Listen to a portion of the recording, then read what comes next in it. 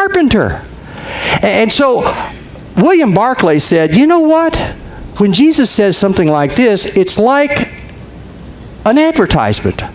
My yokes fit well. The yoke that he gives you is not the yoke he gives me. But the yoke he gives each of us is tailor-made for us so that we can wear it and we can accomplish what God wants us to accomplish with it. John comes along and 1 John 5 verse 3 says, loving God means keeping his commandments, and his commandments are not burdensome. That's the same thing Jesus is saying. My yoke is tailor-made. It's well-fitting. My yoke rides easy. Third thing Peter says, he said, okay, you've got to come to a point where you say, I'm done with sin. You got to make it your point that you're going to relish God's will. But the third thing he says is you got to renounce your past. You got to come to a time when you say, enough is enough. I'm done with the old. And that's what verse 3 says. You've spent enough time in the past doing what pagans choose to do, living in debauchery, lust, drunkenness, orgies, carousing, and detestable idolatry. You know how we preachers are. We like to take those words apart and tell you what every one of them means. Debauchery, lust, drunkenness, orgies, carousing, detestable idolatry. You know, I could tell you what the Greek word is, and I could go into all the details about what's involved. Do I really need to do that? Or can't you get the picture just from looking at what he says? We get the picture, don't we? The wicked way that we used to live. You know, we've all known folks who live that way. Maybe we used to live that way. Maybe we're still living that way. Maybe the difference between us on Saturday night and Sunday morning is a radical difference because we're still living the way we used to live. How many of you remember The Godfather? Remember that baptism scene? The priest asks Michael Corleone, Michael Francis Rizzi, do you renounce Satan?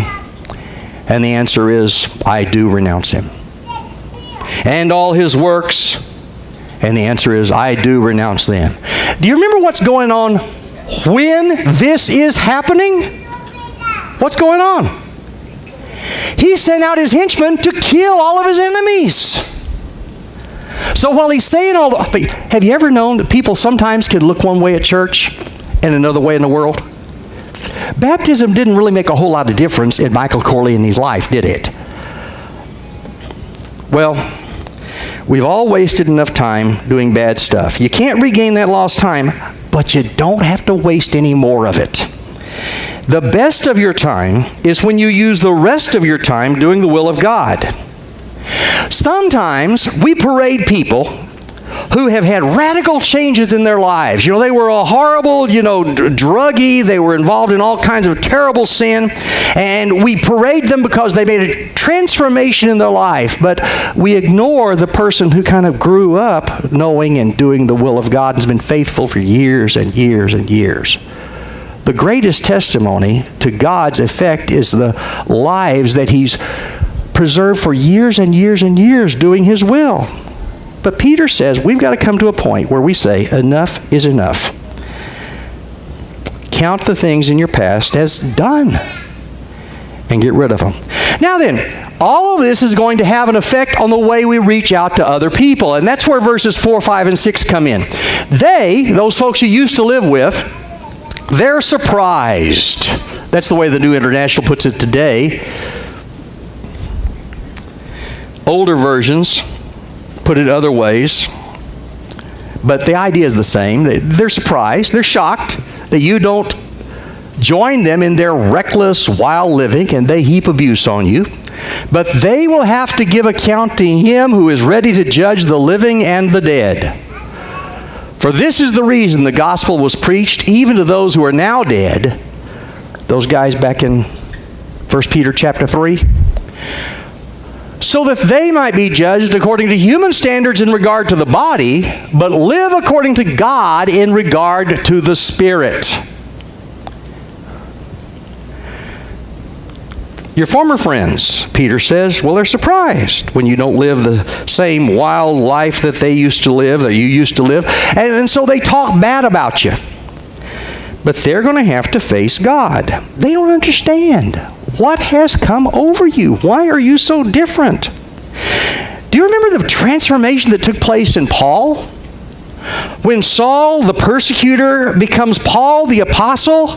This morning we studied in Philippians one of the letters that he writes from prison. Do you remember how in Acts chapters 24 and 25, 26, Paul is making his defense that ultimately takes him to Rome as a prisoner? Remember how he made his defense, and in front of Agrippa and Festus, Paul is up there preaching his heart out, and Festus says, Your learning has driven you mad. You've gone insane. And Agrippa says, do you expect to make me a Christian in such a short time? And Paul says, you know what? I don't care whether it takes a little time or a lot of time.